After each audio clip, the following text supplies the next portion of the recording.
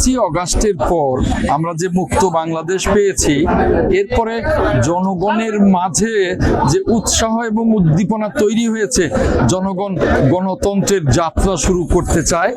আমরা রাজনৈতিক দলগুলো গণতন্ত্রের যাত্রা শুরু করতে চাই।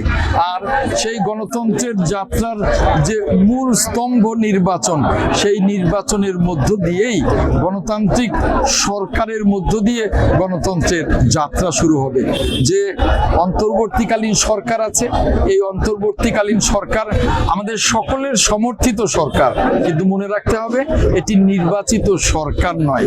কাজেই একটি অনির্বাচিত সরকার দীর্ঘস্থায়ী হলে সেখানে নানা রকমের ষড়যন্ত্র বাসা বাঁধে এবং দেশটায় গণতন্ত্র প্রতিষ্ঠায় নানা রকমের প্রতিবন্ধকতা তৈরি হয়ে যায়।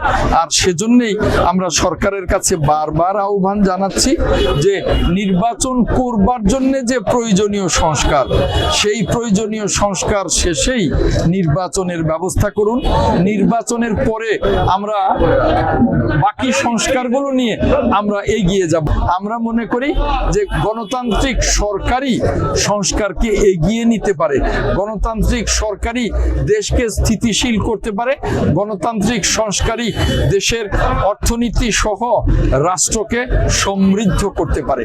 আর সেজন্যই আমরা এই সরকারের কাছে বারবার আহ্বান জানাচ্ছি।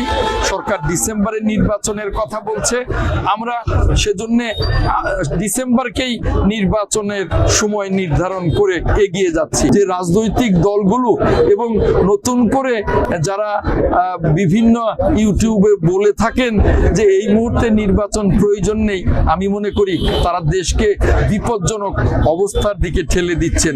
একমাত্র নির্বাচনই দেশকে স্থিতিশীল এবং গণতন্ত্রের পথে সমৃদ্ধির পথে নিতে পারে। ধন্যবাদ।